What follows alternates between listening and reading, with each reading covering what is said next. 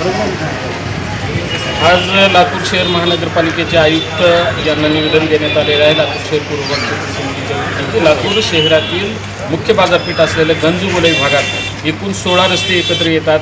लातूर शहर महानगरपालिकेकडून जेव्हाही अतिक्रमणाची मोहीम होते तेव्हा फक्त हातगाड्यावरती मोहीम होते आणि ते हातगाडी जप्त करणे, पुन्हा ते हातगाडी तिथंच येतात.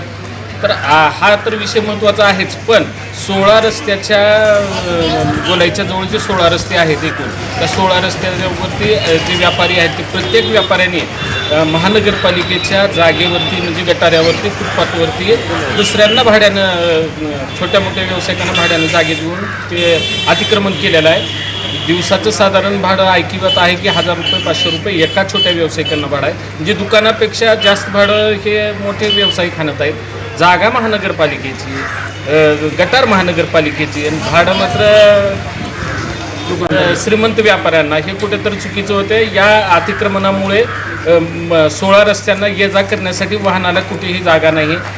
येथील कामगारसुद्धा गोलाई पार्किंग करतात. याच्यामुळे लातूर शहर महानगरपालिकेने तात्काळ गंजगोलाई परिसरातील 16 रस्त्यावरील अतिक्रमण काढण्यासाठी मोहीम राबवावी. जर ही मोहीम येत्या 15 दिवसात नाही राबवली तर लातूर शहर महानगरपालिकेच्या दालनासमोर लातूर शहर पूर्व कृती समितीच्या वतीने तीव्र आंदोलन छेडण्यात येईल.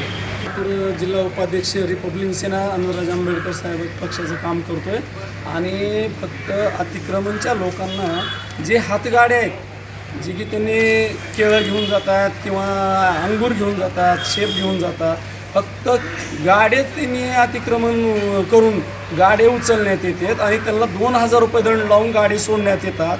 मग ह्या दुकानदाराचं काय? ह्या दुकानदाराला सुद्धा 5-5 हजार रुपये दंड लावण्यात यावा असं मी कृती समितीला मी पाठिंबा देतो. पूर्व भाग आणि त्याच्यावर कारवाई करावी आयुक्त मॅडमनं.